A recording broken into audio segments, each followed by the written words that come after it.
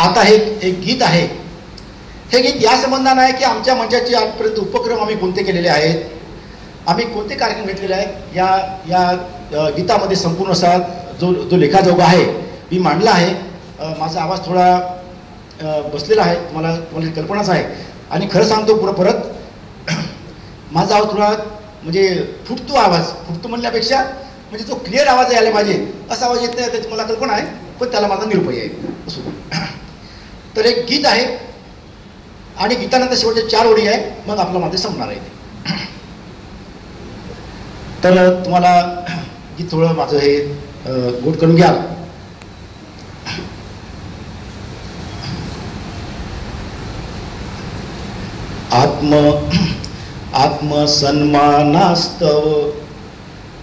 आत्मसन्मानास्तव Phoenix मंचाचा जन्म.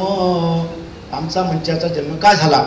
आत्मसन्मानास्तव Phoenix मंचाचा जन्म. बाळ जन्मा आलं गोर गोर पान, बाळ जन्मा आलं गोर गोर पान. एक मुखाने बोला बोला जय जय हनुमान. उपेक्षित वंचिताची होती आम्हा जाण. आमचा वंचित तसा म्हणजेच त्यातून स्थापन झाला आहे. उपेक्षित वंचिताची होती आम्हा जाण. चटईवाल्यांना आम्ही दिले मंचावर स्थान. उपेक्षित वंचिताची होती आम्हा जाण. चटईवरच्यांना आम्ही दिले मंचावर स्थान. खुले कवी संमेलन वना विषय बंधन. मोकळे पूर्णपणे खुले कवी संमेलन वाना विषय बंधन. खास नव्हते कोणी सारे होते आम. आम म्हणजे आम लोक, आपले आम पार्टी. खास नव्हते कोणी सारे होते आम. त्यांचा करुनिया मान, त्यांचा करता मान. वाटे आमचा सन्मान. बाळ जन्मा आलं गोर गोर पान. एक मुखाने बोला बोला जय जय हनुमान. आता आमची शिवप्रकाशचा मंच स्थापन झाल्यानंतर आमची पुढची वार्ता सुरू झाली. मग आमच्या लक्षात आलं आमच्या कवी लोक कसे करायचे. आपली कविता संपली की कवी निघून जायचे असं होते, सगळीकडेच होते. आपली कविता संपली की कवी निघून जायचे. शेवटच्या कवी नामक फार सुन सुन व्हायचे. आपली कविता संपली की कवी निघून जायचे. शेवटच्या कवी नामक फार सुन सुन व्हायचे.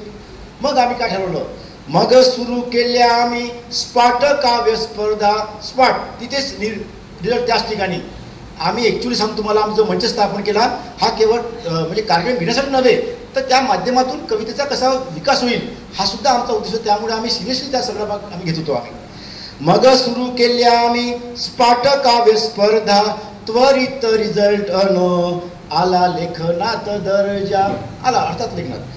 त्वरित रिझल्ट आला लेखनात दर्जा. पत्राद्वारे ही स्पर्धाचे केले आयोजन. एक मुखाने बोला बोला जय जय हनुमान. मग आम्ही अनेक विषय आम्ही प्रत्येक साहित्य म्हणजे त्या स्पर्धेला आम्ही विषय देतो. विषय पावसाच्या कवितानं का वेगळा विदर्भ. वेगळा विदर्भ का याच्यावर सुद्धा आम्ही स्पर्धा आयोजित केली होती. पावसाच्या कवितानं का वेगळा विदर्भ. स्वातंत्र्य दिन बळीराजा असे विषय मर्द. पुन्हा काही आमचे उपक्रम. पुस्तकाचे प्रकाशन अन वृक्षारोपण. आमचा मंच केवळ साहित्यापुरता मर्यादित नव्हता.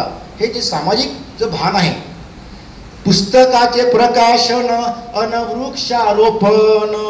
गुणी विद्यार्थ्यांचा सत्कार अन रक्तदान. सगळ्या प्रकारचे कार्यक्रम. पुस्तकाचे प्रकाशन अन वृक्षारोपण. गुणी विद्यार्थ्यांचा सत्कार अन रक्तदान. चित्रकला स्पर्धेचेही केले आयोजन.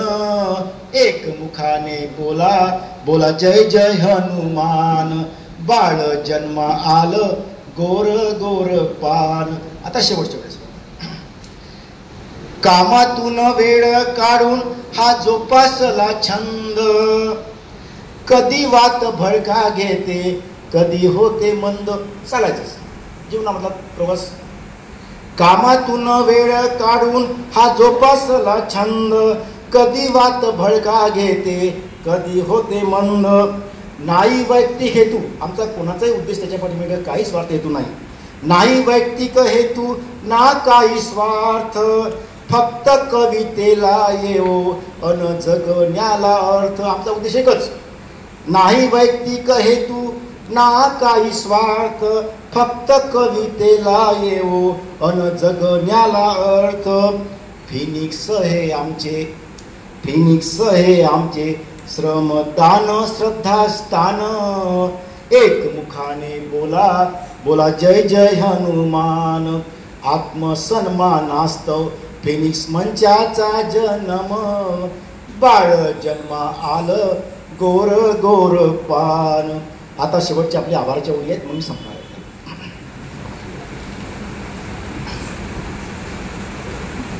तर आमची अपेक्षा कोणत्याही आपल्याकडून नाही. आपली अपेक्षा फक्त आमचा मंच आमचे भूरिकसर टाटा आहेत. आता सांगितलं मी.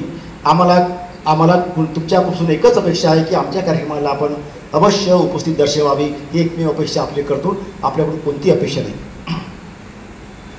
तर आता शेवटच्या हे गाणं आहे. संविधानिक प्रेरणा व मानव धर्माचे विचार फिरत राहील. आमचा मंच पुढे चालू. संविधानिक प्रेरणा व मानव धर्माचे विचार फिरत राहील. संविधानिक प्रेरणा व मानव धर्माचे विचार फिरत राहील. साहित्याच्या काळ्याभोर केसावर गजरा माळीत राहील. साहित्याच्या काळ्याभोर केसावर गजरा माळीत राहील. जो पावे तो या देहामध्ये प्राणाचं फुलपाखरू उडत राहणार. जो पावे तो या देहामध्ये प्राणाचं फुलपाखरू उडत राहणार. फिनिक्स साहित्य मंच आपल्या सहकार्याने कार्य करत राहील. फिनिक्स साहित्य मंच आपल्या सहकार्याने कार्य करीत राहील. धन्यवाद सर्वांनी. मला ऐकून घेतलं खूप खूप धन्यवाद.